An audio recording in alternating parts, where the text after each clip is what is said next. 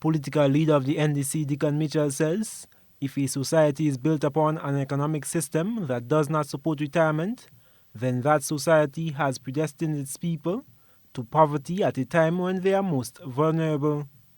Mitchell says this not only concerns the public service, but the entire country. We as a nation need to devise ways to ensure that collectively we have a social security system that may involve a mix of a number of things: NIS, government pensions, private pensions, insurance funds, to ensure that our citizens, particularly those who have worked, are in a position to maintain the lifestyle that they have been accustomed to as a result of working.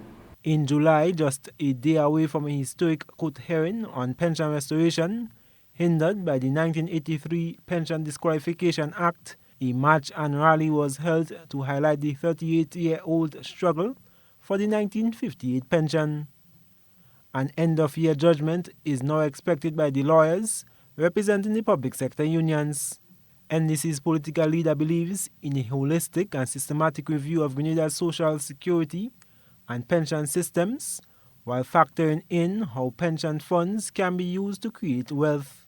I've given this example repeatedly. A small European nation called Holland, of which I am now going to be the former honorary consul for Grenada.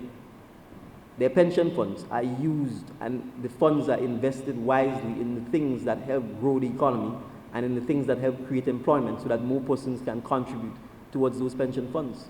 We have to ask ourselves questions like, how is the National Insurance Scheme funds invested? Where are they invested? Noting that since the funds that fuel the National Insurance Scheme come from employment, Mitchell says there should be a clear mandate of reinvesting those pension funds into sectors or entities that create more employment. Because that is how you will create more revenue to sustain those pension funds. And if we don't do that in a systematic and deliberate manner, we will confine our senior citizens, after they've worked so hard, to poverty. The new party leader, however, impresses that NDC has no intention to lie or fool Grenadians and will pursue alternatives if necessary. The National Democratic Congress will not make promises that it cannot keep.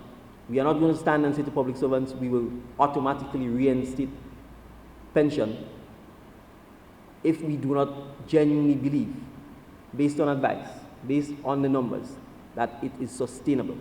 Government has stated that it will await the outcome of the court matter and will be guided accordingly. I am Gerard Joseph for GBN News.